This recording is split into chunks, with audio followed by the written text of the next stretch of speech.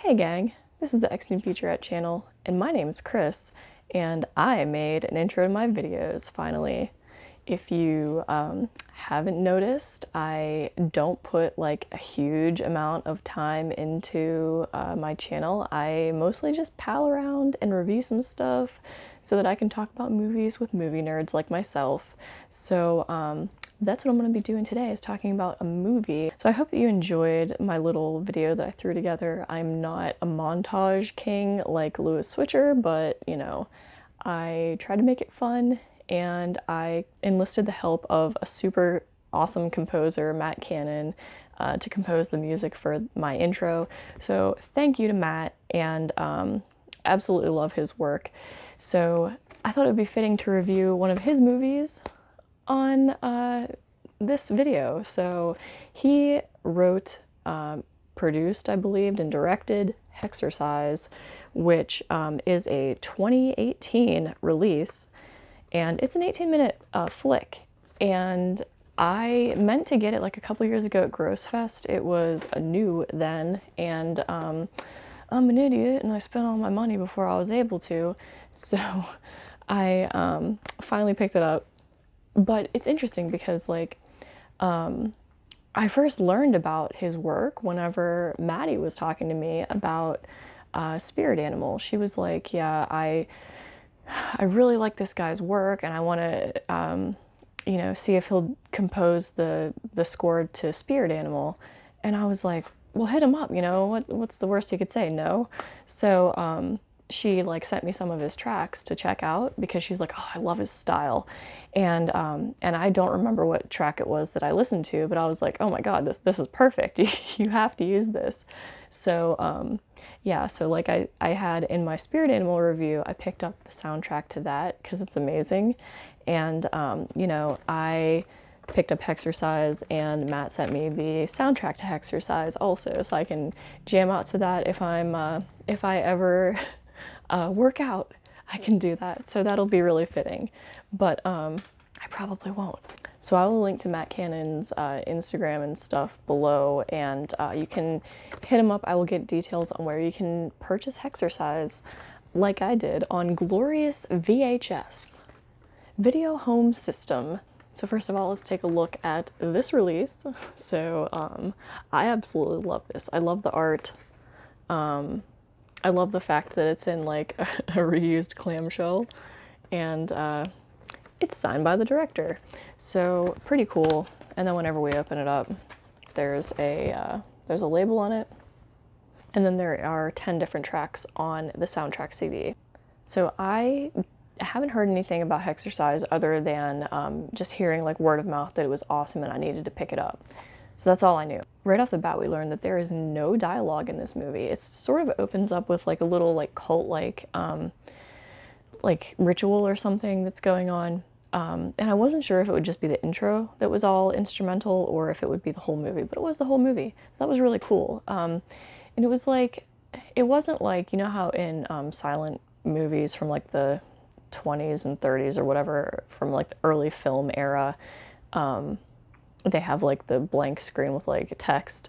I was like halfway expecting that to like pop up in this, but it did not, which I really liked because I thought that like adding text to it would take away from the movie. So the intro with the weird cult stuff takes place in like 69. It tells us the date, and then it cuts to like this 80s looking just like gym, you know, like workout, like aerobics, aerobicize, all that stuff from back then.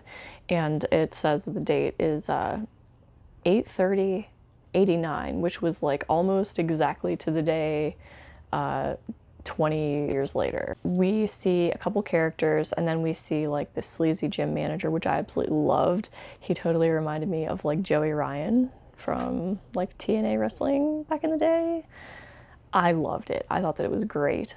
So he's like kind of sitting there in his aviators, just like watching people work out, and you know, that was great. So like the heroine is Kelly Gold, I believe, and you know, there's a scene that happens and she basically pricks her finger on her gym name tag, and then blood drips onto this boombox, and it's basically like a haunted boombox, kind of. it starts like killing people, and like these people are spitting out blood, and there's just lots of really cool practical gore. So after we learn that the detective links like the killings and stuff to this cult activity, Kelly starts seeing them, like having like visions of the cult. And yeah, so no spoilers, but you know, it's an 18-minute flick. And yeah, I don't want to go too far into it because it's just super fun. And I really think that it is worth a watch. It warrants a watch for sure. I really thought it was creative how there was no dialogue in this. Not something that you see a lot. I can't think of any other like indie horror movies that do that.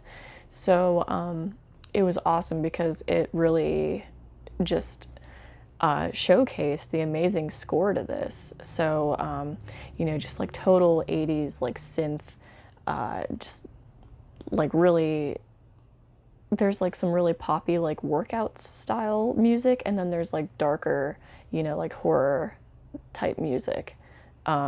So it was really cool how it was blended together. And what I really liked is like as the movie goes on, it kind of switches between the two by like whenever people switch on, they'll like hit play on the boombox, and then the music will just abruptly change like it's being kicked on. So it's like we're listening to the score, but then the score changes like the boombox is turning on, which I thought was like super inventive and cool. Really appreciated that. So here's a sample of what that sounds like.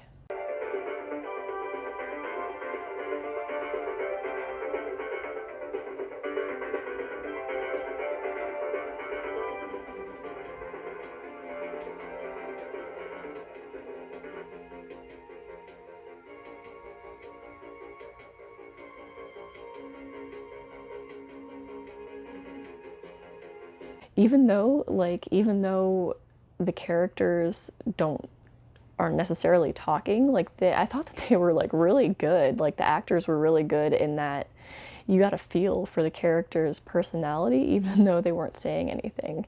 So I thought that that was like super impressive and pretty ballsy, honestly. So yeah, pretty brave move on their part, but it worked out perfectly. So if you enjoyed the music that I sampled here, if you enjoyed my intro, definitely hit Matt up and check this out. Support him, support indie film. And I also wanted to comment because sometimes I get, you know, courtesy screener copies from distribution companies or labels, movie labels, but I will never and have never asked an indie filmmaker for a free copy of their movie. So any of the indie films that I have reviewed on my channel, I've either rented or paid for outright. And, you know, so I totally encourage everyone to do the same.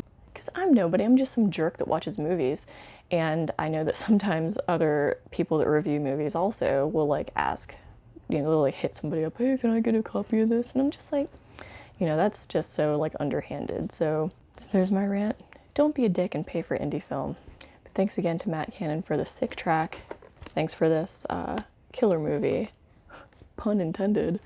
And thanks to you for watching this. Thanks for subscribing and leaving comments and talking to me, because that's kind of why I do this. So I hope you can come back and join me next time, and we will talk about some more flicks. I will see you then. Bye.